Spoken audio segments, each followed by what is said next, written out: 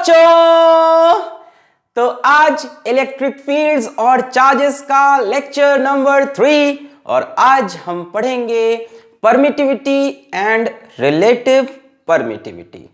तो पिछले लेक्चर में आपने कूलम्स लॉ समझा और कूलम्स लॉ में ही एक छोटा सा पॉइंट और आता है परमिटिविटी का, पर इसके लिए डिफरेंट वीडियो बनाया क्योंकि इसमें एक फील है।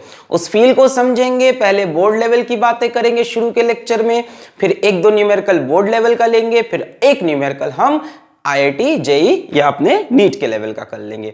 सो my name is Alak Pandey and this is your very very very प्यारा सा भोला सा नन्ना सा मुन्ना सा चैनल फिजिक्स वाला। तो चलिए आज हेडिंग लगाएं परमिटिविटी एंड रिलेटिव परमिटिविटी। क्या?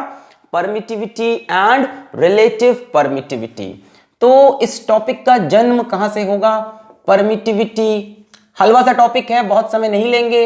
एंड रिलेटिव परमिटिविटी, देखो बहुत ही आसान सा टॉपिक है, समझो क्या हुआ। हमने कूलम्स लॉ में अभी तक पढ़ा था कि अगर दो चार्जेस हैं Q1 और Q2 और उनके बीच में centre to centre separation R है, तो इनके बीच में जो इलेक्ट्रोस्टैटिक फोर्स लगती है वो होती है K Q1 Q2 by R square. यहां तक बात की थी। हमने आपको ये बताया था कि जो कांस्टेंट K है ये डिपेंड करता है मीडियम पे, डिपेंड्स अपॉन मीडियम। ठीक है, K की वैल्यू एयर में कुछ और होगी, वाटर में कुछ और होगी, ग्लास में कुछ और होगी। आज के लेक्चर में हमने देखा कि ये जो K की वैल्यू है इसको किताबों में ऐसे लिखता है 1/4 पाई एप्सिलॉन। ई नहीं पढ़ना, क्या पढ़ना? एप्सिलॉन, एप्सिलॉन ई 1/4 पाई एप्सिलॉन, यानी इलेक्ट्रोस्टैटिक फोर्स का फॉर्मूला बनेगा 1/4 pi epsilon Q1 Q2 by R square. Epsilon not मत लिखना, कई लोग सोच रहे हैं एप्सिलॉन। अब ये एप्सिलॉन क्या होता है? इसको हम बोलते हैं परमिटिविटी ऑफ मीडियम। तो ये रहा टॉपिक का इंट्रोडक्शन। क्या? कि दो charges Q1 Q2 R distance पे किसी मीडियम में अगर रखे हैं तो उनके बीच में लगने वाली इलेक्ट्रोस्टैटिक फोर्स, रिपल्शन भी हो सकता है, अट्रैक्शन भी, तो आप समझते हैं सेम तरह के चार्ज होंगे, रिपेल करेंगे, अपोजिट होंगे, attract. That force is K Q1 Q2 by R square. और आज K की भी वैल्यू रखी 1/4 pi epsilon Q1 Q2 by R square, और एप्सिलॉन को बोलते हैं परमिटिविटी ऑफ मीडियम। जरा ध्यान से देखो यहां पे कि एप्सिलॉन की वैल्यू जितनी बड़ी होगी फोर्स उतनी छोटी हो जाएगी। मतलब जिस मीडियम की परमिटिविटी जितनी ज्यादा वहां पे फोर्स बिटवीन चार्ज उतनी कम। यार इसका फील क्या है? मतलब क्या सर? परमिटिविटी तो मतलब परमिट करना चाहिए था, परमिट करेगा तो फोर्स बढ़नी चाहिए। जरा सोचो, नाम क्या है? नाम दे रहे हैं ये बड़ा खूबसूरत सा परमिटिविटी। परमिटिविटी मतलब अलाउ करना। तो अगर ये अलाउ कर रहे हैं तो फोर्स को तो बढ़ना चाहिए ना, फोर्स को तो अलाउ होना चाहिए बढ़ने के लिए। पर फोर्स डिक्रीज कर रही, इसको समझते हैं मतलब क्या है। परमिटिविटी का मतलब है that it permits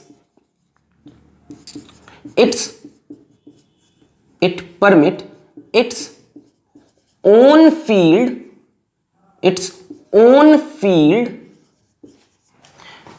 to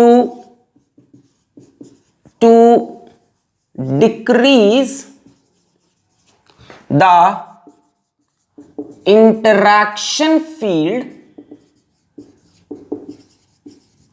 between charges।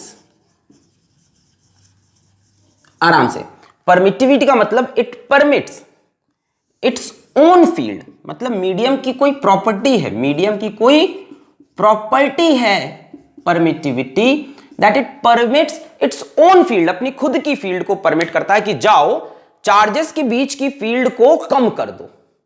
जैसे मान लो ये दो चार्जेस हैं Q1 Q2 आपस में इंटरैक्ट कर रहे थे। इंटरैक्ट मतलब कुछ, मान लो कुछ फोर्स वगैरह कुछ चल रही थी कहानी। अब किसी मीडियम में डाला तो मीडियम के पास एक प्रॉपर्टी है परमिटिविटी। इनकी फोर्स को परमिट नहीं कर रहा, अपनी फील्ड को परमिट कर रहा कि जाओ जाओ और इनकी फील्ड को तोड़ दो। यानी किस चीज को परमिट कर रहा? फोर्स को परमिट कर रहा कि फोर्स लगाओ, बढ़ जाओ फोर्स, जितनी फोर्स लग रही है लगने दो, नहीं, उसको रोक रहा, विलेन की तरह आया। परमिटिविटी नाम से तो लग रहा है कि अलाउ कर देगा, है ना, जैसे किसी मूवी में विलेन का नाम रख दें हम राम खिलावन, है ना, तो नाम से तो लग रहा है कि वो राम है, भला करेगा, पर भला नहीं करेगा, बुरा करेगा। समझ में आ रहा है? ये ऐसा विलेन है जो राम खिलावन नाम से आया है, नाम तो दे रहा है परमिटिविटी की, जाओ परमिट किया फोर्स लगाओ, पर नहीं, किसको परमिट किया? अपनी फील्ड को परमिट किया कि जाओ इनके बीच की फील्ड को वीक कर दो। अब ये समझ में आ गया? कभी इस टर्म से कंफ्यूज नहीं होंगे। परमिटिविटी मतलब अपनी फील्ड को परमिट करना कि जाओ चार्जेस की बीच की फील्ड को डिक्रीज कर दो, जिसकी वजह से फोर्स डिक्रीज। मतलब जितनी ज्यादा परमिटिविटी ऑफ मीडियम उतनी कम फोर्स बिटवीन टू चार्जेस। यहां तक क्लियर हुई बात? यहां तक क्लियर हुई बात? फिर देखो हमने पाया कि ये जो एप्सिलॉन की वैल्यू है, this is found minimum for vacuum, या इसी को आप बोलते हो फ्री स्पेस। तो वैक्यूम या फ्री स्पेस में हमने पाया कि एप्सिलॉन की वैल्यू मिनिमम है, जिसका मतलब फोर्स कैसी होगी? मैक्सिमम होगी। फोर्स कैसी होगी? मैक्सिमम। यानी दो चार्जेस के बीच की फोर्स सबसे ज्यादा किस में होती है? वैक्यूम में। सही बात है भाई, वैक्यूम में कोई मटेरियल ही नहीं है जो खुद को परमिट करे कि जाओ फोर्स को तोड़ो, कुछ है ही नहीं। इसलिए टू इलेक्ट्रिक चार्जेस के बीच की फोर्स मैक्सिमम कहां होगी? वैक्यूम में। वहां कोई चीज है ही नहीं जो परमिट हो जाए कि जाओ तोड़ो, उसके पास कोई पार्टिकल ही नहीं है जिससे बोले जाओ तोड़ के आओ, कुछ नहीं है। किसी और मीडियम में जाएगा तो भाई उसके पास अपने पार्टिकल होंगे, कहेगा हम परमिट करते हैं, जाके तोड़ दो और फोर्स को डिक्रीज कर दो। जरा नोट कर ले, मिटार के आगे बताएं आपको। बहुत ही हलवा सा लेक्चर है, लास्ट में एक बढ़िया न्यूमेरिकल कराएंगे जिससे सारा कंसेप्ट आपका क्लियर होगा। What is the force between two charges? Force between two charges is 1/4 pi epsilon q1 q2 by r square. Epsilon is a property of medium, जिसको बोलते हैं permittivity of medium. Epsilon जितना ज्यादा force उतनी कम। मिटा रहे? Okay. अच्छा, फिर हमने आपसे क्या बोला कि एप्सिलॉन की वैल्यू हमने पाया मिनिमम है इन वैक्यूम या फ्री स्पेस, या उसी को कई बार एयर भी बोल देते हैं। बोलना नहीं चाहिए, पर हम लोग के सिलेबस में एयर वैक्यूम सेम ट्रीट होता है, जबकि एयर थोड़ा, भाई एयर में तो मॉलिक्यूल्स आते हैं, पर मान लेते हैं करीब करीब से। तो हमने पाया एप्सिलॉन की वैल्यू मिनिमम है, सबसे कम फोर्स को वीक करता है। मतलब force between two charges will be maximum in vacuum, free space या एयर, और किसी और मीडियम में डालोगे तो फोर्स डिक्रीज करेगी। यानी यहां से एक बात साफ है। अच्छा, परमिटिविटी ऑफ फ्री स्पेस को हम एप्सिलॉन नॉट बोलते हैं। क्या बोलते हैं? Epsilon not. Epsilon not, not मतलब कोई मीडियम नहीं है, कोई मीडियम नहीं मतलब वैक्यूम है, एप्सिलॉन नॉट। और force between two charges in air को हम रिप्रेजेंट कर लेते हैं एफ नॉट से। कोई दिक्कत? एफ नॉट मतलब कोई मीडियम नहीं है। मतलब हम ये कह रहे हैं कि किसी भी मीडियम की permittivity will always be greater than permittivity of vacuum. Clear है ये बात? Permittivity of any medium will be greater than permittivity of vacuum. Permittivity of vacuum की वैल्यू हमें पता है, it is 8.85 into 10⁻⁻12 coulomb square पर newton metre square. Coulomb square पर newton metre square, SI unit में इसकी ये वैल्यू है 8.85 10⁻⁻12 coulomb square plus newton metre square. This is the minimum value of permittivity. किसी भी और मीडियम में जाओगे तो परमिटिविटी ऑफ मीडियम इससे ज्यादा होगी। अच्छा, परमिटिविटी ज्यादा होगी तो फोर्स को वो और कम कर देगा। फोर्स यहां पे क्या थी? मैक्सिमम। किसी और मीडियम में वो ज्यादा परमिट करेगा।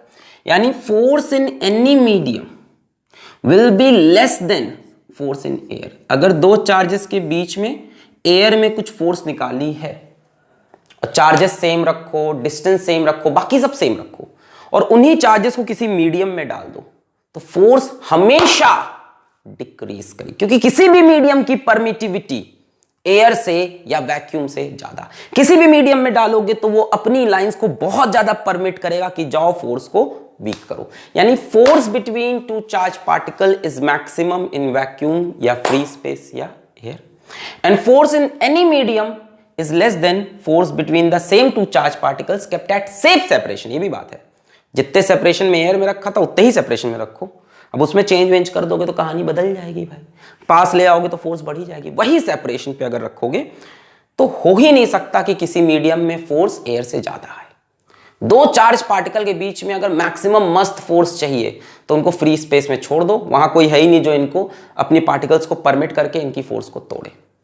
किसी भी मीडियम में डालोगे तो वो अपने पार्टिकल्स को डालकर इनकी फोर्सेस को कम कर देगा। ये कंसेप्ट है परमिटिविटी का। क्लियर है यहां तक? यहां तक बात एकदम अच्छे से क्लियर हो गई। Force in any medium is less than force in air, permittivity of any medium is greater than permittivity of air, and permittivity of air या free space vacuum is 8.85 into 10 to the power -12। यहां तक clear हुआ? Note करें, मिटा दें। Clear, एकदम अच्छे से क्लियर है। किसी भी मीडियम में डाला तो फोर्स डिक्रीज। अच्छा, बहुत बढ़िया। अब जैसे परमिटिविटी ऑफ एयर हमने देखी कितनी है, परमिटिविटी ऑफ फ्री स्पेस हमने देखी कितनी है, 8.85 into 10 to the power -12 coulomb square पर newton metre square. This is the minimum value of permittivity. जैसे मान लो परमिटिविटी ऑफ वाटर की वैल्यू हम देखें तो परमिटिविटी ऑफ वाटर की वैल्यू करीब करीब 7.12 into 10 to the power -10 coulomb square पर न्यूटन मीटर स्क्वायर। देखो इससे ज्यादा हो गई कि नहीं वैल्यू। अब अगर परमिटिविटी बढ़ गई है तो फोर्स कम हो जाएगी, यानी वाटर में दो चार्जेस के बीच की फोर्स एयर के मुकाबले में कम होगी, क्योंकि परमिटिविटी इसकी बढ़ रही है। वाटर ज्यादा परमिट करेगा अपने पार्टिकल्स को कि जाके फोर्स को वीक करो। जैसे हम ग्लास की बात करें, permittivity of glass particularly plexi glass, क्योंकि ग्लास तो अलग अलग तरह के होते हैं, तो हमने ग्लास की बात की तो हमने देखा 3.01 into 10 to the power -11 coulomb square पर न्यूटन मीटर स्क्वायर। ग्लास की बात करें तो ग्लास की परमिटिविटी भी एयर से ज्यादा है। तो मैं यही बता रहा हूं, permittivity of air is found to be minimum, और क्योंकि परमिटिविटी मिनिमम है इसलिए force between any two particle in air is found to be maximum. Air बोलो या वैक्यूम बोलो, किसी भी और मीडियम की परमिटिविटी देखी, permittivity of any medium is greater than permittivity of free space. Note कर लो, इन सब वैल्यूज याद नहीं करनी है, सिर्फ एयर वाली चाहो तो याद रख सकते हो, वैक्यूम वाली पेपर में दी होती है पर चाहो तो याद रख सकते हो, बाकी और कोई चीज आपको नोट नहीं, मतलब याद नहीं करनी है, ऐसे समझने के लिए लिख सकते हो। This you don't have to learn. अच्छा, अब क्या हुआ, सबने कहा कि यार ऐसे इतनी वैल्यूज कौन याद करेगा। अभी परमिटिविटी किसी और चीज की माइका की आ जाएगी, ग्लास में भी बहुत से होते हैं, तरह तरह के ग्लास होते हैं, हाँ, अलग अलग मीडियम की अलग ऑयल आ जाएंगे, अलग अलग तरह के लिक्विड आ जाएंगे, अल्कोहल, सबकी परमिटिविटी ऐसे पढ़ेंगे नहीं। इसको आसान करने के लिए हम एक नया टर्म इंट्रोड्यूस करने जा रहे हैं, which is relative permittivity. Relative permittivity, इन्होंने कहा इतनी लंबी लंबी वैल्यू हटाओ यार, हमें कहते हैं relative permittivity is equals to permittivity of medium with respect to air. Simple, बहुत simple. Relative permittivity, permittivity of any medium with respect to air, है ना। यानी किसी भी मीडियम की परमिटिविटी निकालनी है तो उसको एयर से कंपेयर कर लो कि एयर से कितने गुना ज्यादा परमिटिविटी है ना। परमिटिविटी ऑफ मीडियम एयर से कितने गुना ज्यादा है, भाई सब तो ज्यादा होनी है, ये तो श्योर है, एयर की सबसे कम है, कितने गुना ज्यादा ये पता चल जाए तो काम बन जाएगा। Permittivity of any medium will B ER times E0। देखो ये आपको पता है परमिटिविटी ऑफ एयर, अगर कोई आपको रिलेटिव परमिटिविटी बता दे कि कितने गुना मीडियम की परमिटिविटी एयर से ज्यादा है तो आप मीडियम की परमिटिविटी निकाल सकते हो। तो ये सब याद करने की जरूरत नहीं है, इससे अच्छा हम क्या समझ लें, रिलेटिव परमिटिविटी। हमें रिलेटिव परमिटिविटी मिल जाए वाटर की तो हम वाटर की परमिटिविटी निकाल लेंगे। रिलेटिव मतलब कि वो एयर से कितने गुना ज्यादा है। क्लियर? जैसे इसको मैं मिटा दूं, तैयार? ओके। जैसे मान लो हम आपसे बोल दें that the permittivity, relative permittivity of water is 81। Actual में 80.4 होती है, बट मान लो दे दिया इज 81। इसका मतलब क्या हुआ? इसका मतलब हुआ permittivity of water upon permittivity of air is 81। यानी परमिटिविटी ऑफ वाटर निकालना है तो 81 से मल्टीप्लाई कर दो परमिटिविटी ऑफ एयर को, काम खत्म। बोलो समझ में आया? आसान है। जैसे आपसे बोल दे the relative permittivity of glass, कोई ग्लास है, इज 7। ग्लास की 5 से 10 के बीच में आती रिलेटिव परमिटिविटी इज 7। इसका क्या मतलब है? Permittivity of glass upon permittivity of air is 7। Permittivity of glass is 7 times permittivity of air. किसी भी मीडियम की परमिटिविटी एयर से हमेशा ज्यादा, वैक्यूम से हमेशा ज्यादा। कितने गुना ज्यादा, उसी को बोला रिलेटिव परमिटिविटी। फील आ गया? कितने गुना ज्यादा? 7 गुना ज्यादा रिलेटिव परमिटिविटी, 81 गुना ज्यादा। How many times the permittivity of medium is greater than the permittivity of air is called relative permittivity। Clear है? अच्छे से एकदम बढ़िया से क्लियर हो गया? पक्का एकदम? मैं बोलूं the relative permittivity of liquid, कोई लिक्विड है, उसकी रिलेटिव परमिटिविटी 8 है। मतलब permittivity of liquid upon permittivity of free space is 8। यानी permittivity of liquid is 8 times of permittivity of vacuum या फ्री स्पेस। और एप्सिलॉन नॉट की वैल्यू पता है 8.85 इंटू 10 टू द पावर -12। फिर से लिख लें 8.85 into 10 to the power -12 coulomb square पर न्यूटन मीटर स्क्वायर। नोट करें। अच्छा पता है, इसको नोट कर लो फिर बताएं। इसको समझने का एक और तरीका है, पहले नोट कर लें इसको, नोट कर लें इसको। क्या दिखाई पड़ रहा है कैमरे में? सब कुछ बहुत बढ़िया, सब कुछ फ्रेम के अंदर। लिख लिया? लिख लिया? इसको समझने का एक और तरीका है। फॉर एग्जाम्पल इसको मिटा दूं। अच्छा, इसको समझने का एक और तरीका है, जैसे यहां पे लो कि वाटर की परमिटिविटी एयर से 81 गुना ज्यादा है। यानी वाटर में फोर्स, वाटर के मॉलिक्यूल्स 81 गुना ज्यादा फोर्स को वीक करेंगे। यानी इसको ऐसे भी समझ सकते हो, the force between 2 charge particles in water is force between the same 2 charge particles in air divided by 81। ये फील आया कि नहीं आया? ये फील आया कि नहीं आया? ये बड़ा इंपॉर्टेंट है, ये बड़ा इंपॉर्टेंट है। बोलो, मैं ये कह रहा हूं the force in medium is equals to force in air upon relative permittivity. अभी दिला देंगे फील। क्या ये लिख सकते हैं? देखो देखो, वाटर की परमिटिविटी एयर से 81 गुना ज्यादा, यानी वाटर की परमिटिविटी एयर से 81 गुना ज्यादा, मतलब वाटर में जो फोर्स होगी वो 81 गुना कम हो जाएगी। भाई परमिटिविटी 81 गुना बढ़ी तो फोर्स 81 गुना कम हो गई। ऐसा प्रूफ देख लो। विश्वास नहीं होता? चलो इसका प्रूफ देखते हैं। 2 चार्ज पार्टिकल्स हैं, उनको एयर में रखा तो फोर्स इन एयर क्या हो जाएगी? फोर्स इन एयर या vacuum 1/4 pi epsilon naught Q1 Q2 by R square. अब उन्हीं चार्ज पार्टिकल्स को उतने ही सेपरेशन में किसी मीडियम में डाल दिया तो फोर्स इन मीडियम क्या हो जाएगी? 1/4 pi epsilon of medium Q1 Q2 by R square. जरा एक काम करो, force in air upon force in medium का रेशियो निकालो। दिस डिवाइड बाई दिस, इसमें से ये डिवाइड करोगे 1/4 पाई कैंसिल, EM ऊपर चला जाएगा, E नॉट नीचे आ जाएगा। बोलो सही है? और ये दोनों टर्म्स कैंसिल हो जाएंगे। इससे इसको डिवाइड करो, ये और ये कैंसिल होंगे, ये EM ऊपर चला गया और ये दोनों कैंसिल। जरा ध्यान से देखो, EM बाई E नॉट, यही तो रिलेटिव परमिटिविटी है। अब देखो जरा, force in medium is equals to force in air upon ER। ये भी एक फील है। Force in medium is equals to force in air upon ER। दो तरह से रिलेटिव परमिटिविटी को समझ सकते हो, यहां लिखा है सारा कहानी। पहला कि मीडियम की परमिटिविटी एयर से, वैक्यूम से कितने गुना ज्यादा, उसको बोलो रिलेटिव परमिटिविटी।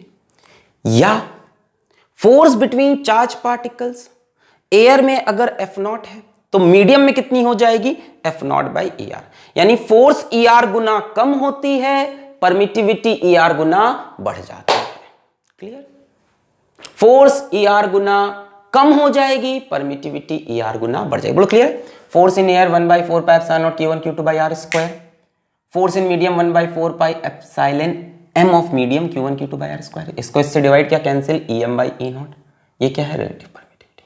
यानी force in medium is equals to force in air upon ER, provided charges same रखो और उनके बीच का सेपरेशन। यानी फोर्स रिलेटिव परमिटिविटी गुना कम होती है और परमिटिविटी रिलेटिव परमिटिविटी गुना बढ़ जाती है। यार बात करते रहेंगे तो कंफ्यूज होते जाओगे, सवाल करते हैं।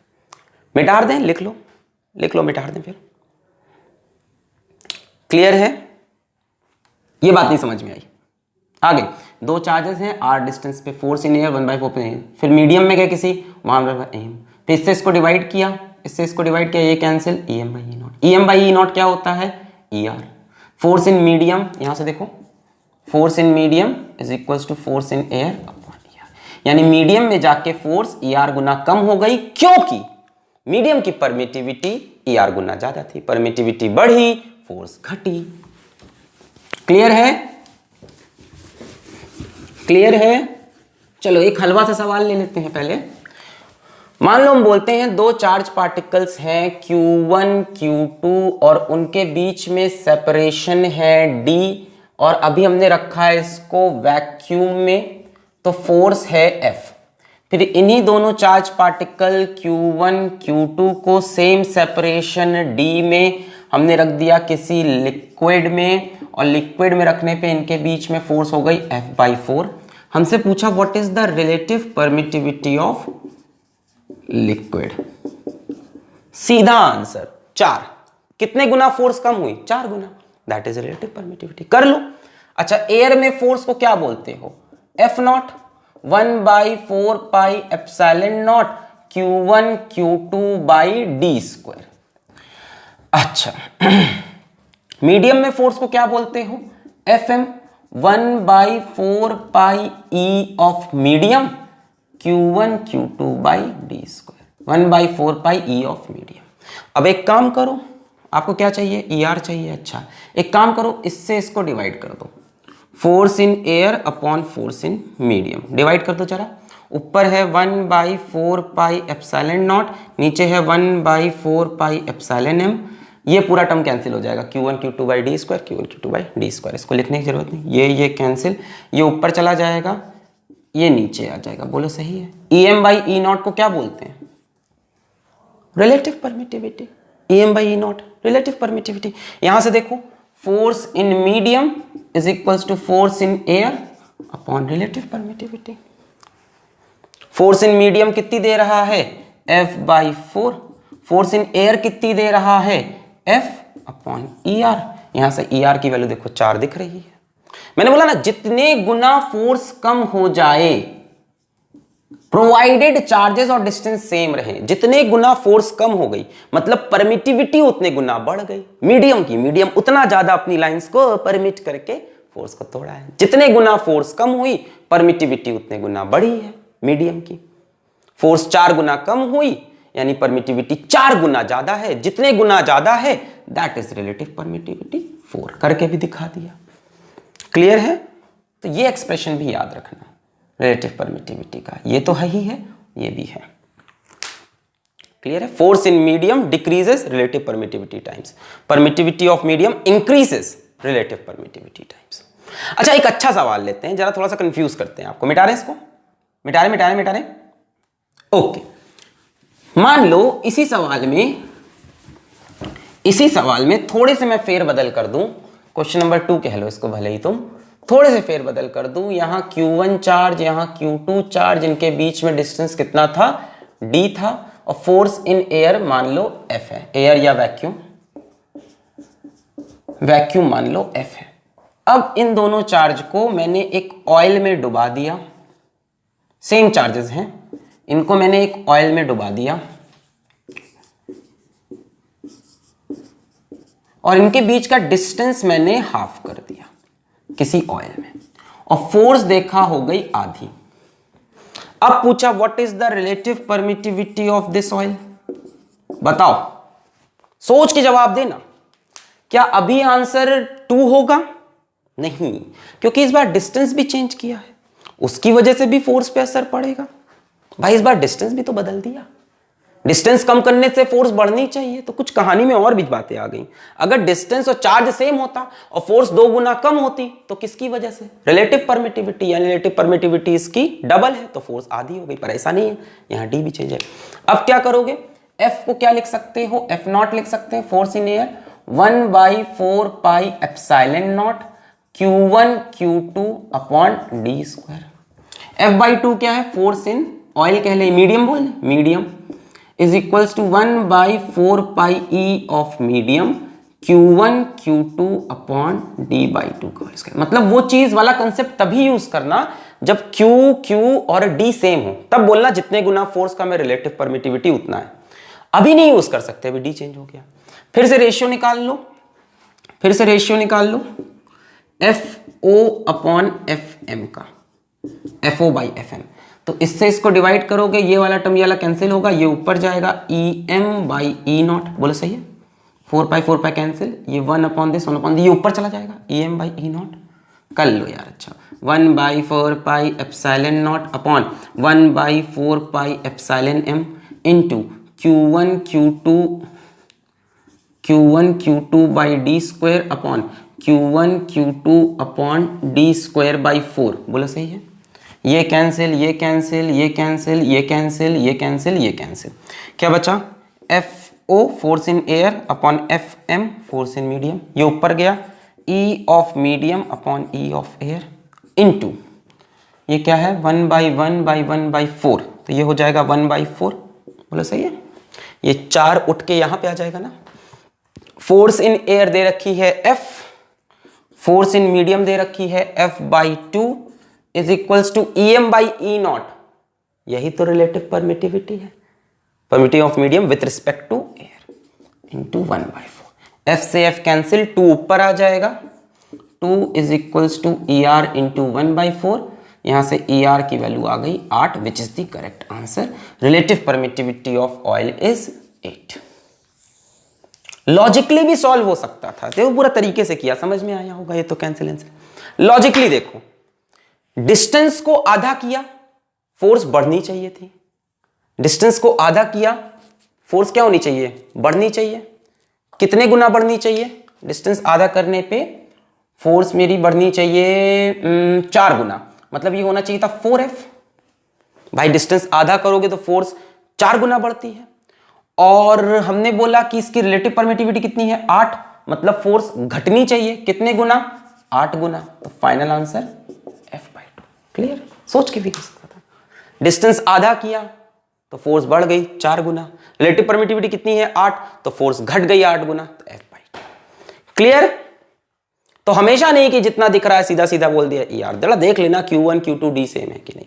मिटा रहे, एक्चुअल कंसेप्ट तो यही है, force in air force in medium, फिर डिवाइड कर दो।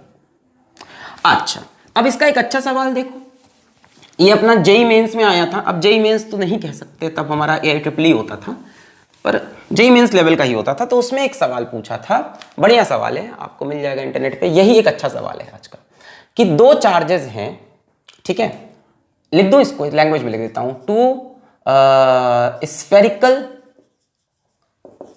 चार्जेस इक्वल है, ठीक है, 2 स्फेरिकल चार्जेस, 2 स्फेरिकली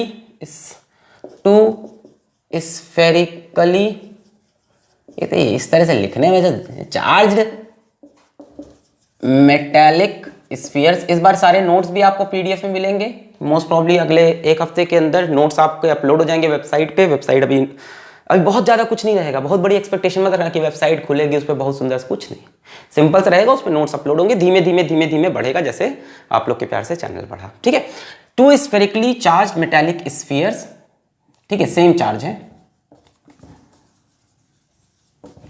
ठीक है, 2, अरे यार ये लिखने में ना क्वेश्चन छी हो जाता है, फिर से 2 identical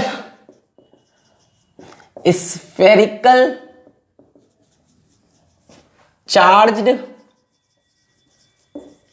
metallic spheres are hung by strings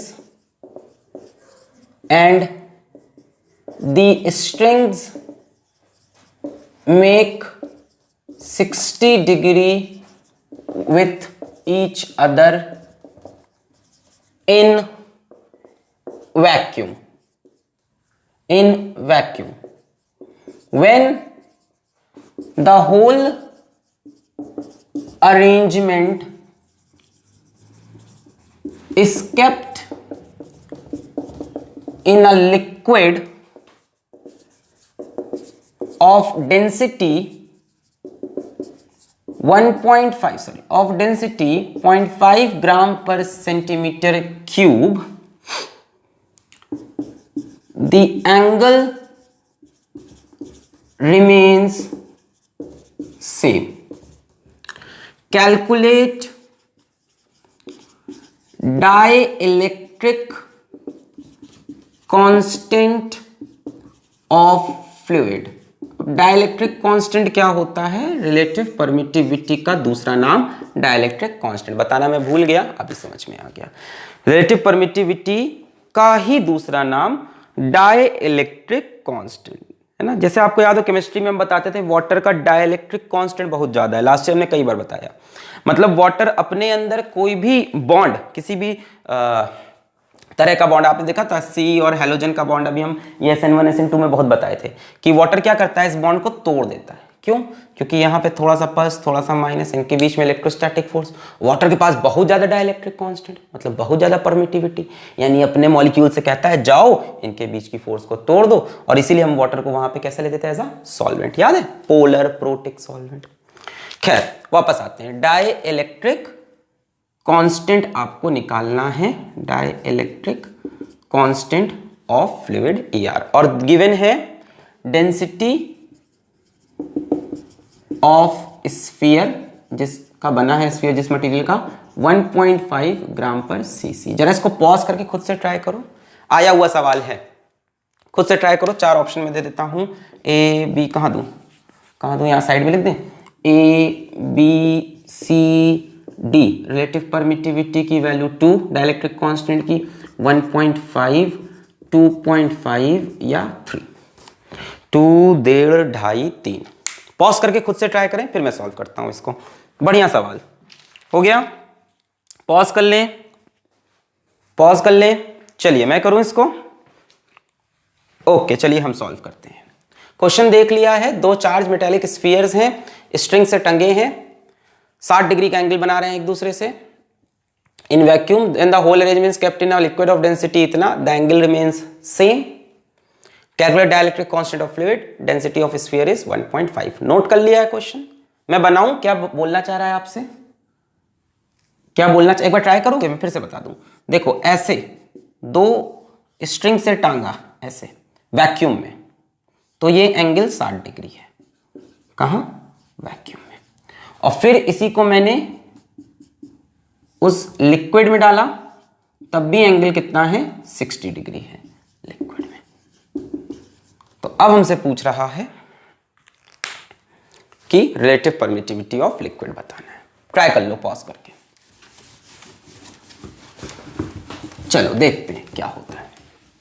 थोड़ा सा इसको वेरिएबल टर्म्स में सॉल्व कर ले, ताकि अगली बार सवाल अगर कंपटीशन में आए तो फिर से कर सकें। मिटा रहे इसको, चलो थोड़ा सा वेरिएबल टर्म्स में चलते हैं। एंगल तो बोला है सेम रहेगा। मान लो पहले एयर की बात करें, तो ये और ये, ठीक है, 60 डिग्री था, तो ये कितना हो गया, 30 डिग्री। इसको मैं थीटा बोल दूं, let theta is equals to 30 degree. अच्छा, स्फीयर का मास m मान लो। अच्छा, यहां पे कुछ टेंशन डेवलप होगी, उसको बोला मैंने T। पहले किसकी बात कर रहे हैं बच्चों? हम वैक्यूम की बात कर रहे हैं, ठीक है ना, टेंशन T। अच्छा, ये एंगल भी कितना होगा? थीटा, थीटा या 30 जो भी कह लो। तो T का इधर कंपोनेंट T cos थीटा और T का इधर कंपोनेंट T sin थीटा। अब इस मास m पे कौन कौन सी फोर्स लग रही? एक तो इस पे ग्रेविटेशनल फोर्स mg। अच्छा, बोला है दोनों चार्ज्ड भी है, यानी इसके ऊपर चार्ज भी होगा। तो मान लेते हैं इसके ऊपर चार्ज प्लस q, इसके ऊपर भी चार्ज प्लस q, है ना, सेम चार्ज बोला है, इक्वल चार्ज, प्लस q कर लिया हमने। मास इसका m मान लिया, ठीक है ना, mg फोर्स नीचे। अब दोनों पे चार्ज भी है q, तो यार इस पे एक इसकी वजह से रिपल्सिव फोर्स लगेगी कि नहीं? ये इसको रिपेल करेगा। ऐसे फोर्स किसमें लग रही? वैक्यूम में, तो इसको F0। अच्छा, जरा सवाल को समझो। अगर स्ट्रिंग से दो चार्ज ऐसे टांगोगे, दोनों पे सेम चार्ज है, प्लस क्यू, तो रिपेल होके दूर भागेगा कि नहीं? भागते भागते भागते एक जगह जाके इक्विलिब्रियम में आ गया, एक जगह जाके इक्विलिब्रियम में। दो चार्जेस थे, आपने स्ट्रिंग से ऐसे टांग दिए, दोनों पे same charge plus Q, repel हुआ, यहां आके रुक गया। कहां पे? 60 डिग्री पे। इसको हमने बोला 30, ये भी 30, ठीक है ना। 30 को हमने थीटा बोल दिया, ताकि कोई भी सवाल आप इस तरह कर सको, वैल्यू पे आप डिपेंडेंट ना हो। अच्छा, टी का इधर कंपोनेंट टी कॉस थीटा, इधर टी साइन थीटा। इस पे लगने वाली और फोर्सेस कौन सी हैं? एक वेट mg और एक इसका रिपल्सिव फोर्स इलेक्ट्रोस्टैटिक Fo। यहां से आप बोल सकते हो टी साइन थीटा F0 के इक्वल, क्योंकि यहां पे आके ये रुक गया है, और टी कॉस थीटा mg के इक्वल। इसको इससे डिवाइड कर दो, tan theta is equals to F0 by mg। tan theta is F0 by mg। अब आप देख रहे हो कि स्फीयर का मास नहीं दे रखा था, स्फीयर की डेंसिटी दी थी, मास नहीं दिया था, डेंसिटी। तो जरा स्फीयर की बात करें, मान लेते हैं स्फीयर की डेंसिटी सिग्मा है, 1.5 बोलिए, सिग्मा मान लेते हैं, और मान लेते हैं स्फीयर का वॉल्यूम v है। तो मास ऑफ स्फीयर कितना हो जाएगा? मास इज इक्वल्स टू क्या होता है? Density into volume. मास यही होता है कि नहीं? Density into volume. किसी भी चीज का मास निकालना हो तो डेंसिटी क्या होती है? Mass upon volume. अच्छा, तो यानी tan थीटा हो जाएगा F0 अपॉन मास की जगह सिग्मा Vg बोल सकते हैं। ये एयर की कहानी खत्म हुई। बोलो एक्सप्लेन किया मैंने, समझ में आया? अभी एयर में मैंने दो स्ट्रिंग्स ऐसे टांगी, दोनों पे प्लस क्यू रिपेल होके दूर भागे, यहां जाके अटक गए। क्यों अटक गए? क्योंकि फोर्सेस जीरो हो गई। टी का एक कंपोनेंट कॉस थीटा टेंशन का, जो वेट को बैलेंस किया, और टेंशन का साइन थीटा, इस पे लगने वाली इलेक्ट्रोस्टैटिक रिपल्शन को बैलेंस किया। फिर मैंने sine theta is equals to F0, cos theta is equals to mg, इससे इसको डिवाइड किया, T cancel, tan theta is equals to, ये समझ में आया? जिधर थीटा होता है उधर कौन सा कंपोनेंट आता है? T cos theta. अब कई बच्चे सिर्फ 12 पढ़ना स्टार्ट किए, इसलिए समझा रहा हूँ 11 छोड़ के आते हैं। इधर कंपोनेंट जिधर थीटा है उधर टी कॉस थीटा, और उसके सामने टी साइन थीटा। डिवाइड किया तो tan theta is F0 by mg। फिर मैंने कहा इसका मास तो गिवन नहीं है, तो मैंने स्फीयर बना लिया, इसकी डेंसिटी सिग्मा बोल दी, वॉल्यूम v बोल दिया। Mass is equals to density into volume sigma Vg। बात क्लियर? अब चलते हैं मीडियम के अंदर, लिक्विड के अंदर, ठीक है, लिक्विड के अंदर। तो हम लिक्विड के अंदर आ गए।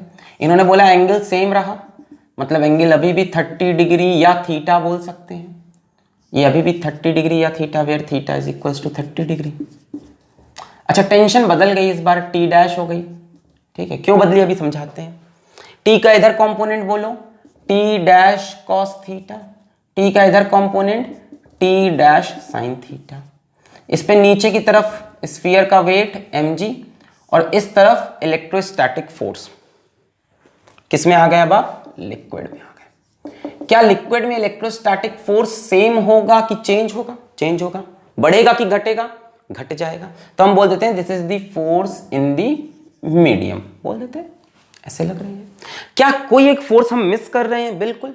जब इसको आप लिक्विड में इमर्स करोगे तो लिक्विड इसके ऊपर एक अपथ्रस्ट लगाएगा। इसको आप पानी में डालोगे ऐसे छप्पा या किसी लिक्विड में, तो लिक्विड इसके ऊपर एक अपथ्रस्ट, तो ऊपर की तरफ एक नई फोर्स आई, अपथ्रस्ट भी। बाकी क्लियर है? इसका वेट लग रहा नीचे, टेंशन टी डैश क्यों चेंज हुआ? क्योंकि फोर्सेस चेंज हो गई, तो टेंशन को भी चेंज होना पड़ेगा। थीटा को सेम रखना है, टेंशन बदलेगा। T cos theta, T sine theta, sine theta इसके इक्वल। कॉस थीटा को सपोर्ट करने के लिए कौन आ गया इस बार? अपथ्रस्ट। फ्लूइड में अपथ्रस्ट लगता है कि नहीं? और नीचे की तरफ अब इक्वेशन क्या बनेगी, अब बनेगी T dash sine theta is equals to force in medium, T dash cos theta plus upthrust is equals to M G. इस बार ये अपथ्रस्ट नया आ गया, ठीक है ना, यानी टी डैश कॉस थीटा हो जाएगा एम जी माइनस अपथ्रस्ट, और थीटा तो सेम है ना पिछली बार के जैसा ही है, समझ में आया। टी डैश कॉस थीटा के साथ कौन सपोर्ट हो गया, upthrust is equals to M G. अब इसको डिवाइड कर दो, इसको इससे डिवाइड कर दो, T dash cancel, sine theta by cos theta tan theta is equals to F M upon M G minus upthrust. बोलो सही है। एम की वैल्यू क्या है, सिग्मा वी जी, और अपथ्रस्ट भी निकाल सकते हो। ये किस में रखा है, किसी लिक्विड में रखा है। लिक्विड की डेंसिटी को मैंने रो बोल दिया, 0.5 गिवन थी, मैंने लिक्विड की डेंसिटी को रो बोल दिया, रो, ठीक है। और स्फीयर हमारे पास है, स्फीयर का वॉल्यूम v है, तो बच्चों अपथ्रस्ट कितना होता है, अपथ्रस्ट होता है v रो g। किसी भी चीज पे अपथ्रस्ट कितना होता है, उस चीज का volume into density of fluid into g। पढ़ रखा है अपथ्रस्ट की वैल्यू v सिग्मा g होगी कि v रो g, इसमें बच्चे कंफ्यूज हो जाते हैं। v rho g, v sigma g तो इसका मास हो गया, सिग्मा इसकी खुद की डेंसिटी, तो मास है डेंसिटी इनटू वॉल्यूम।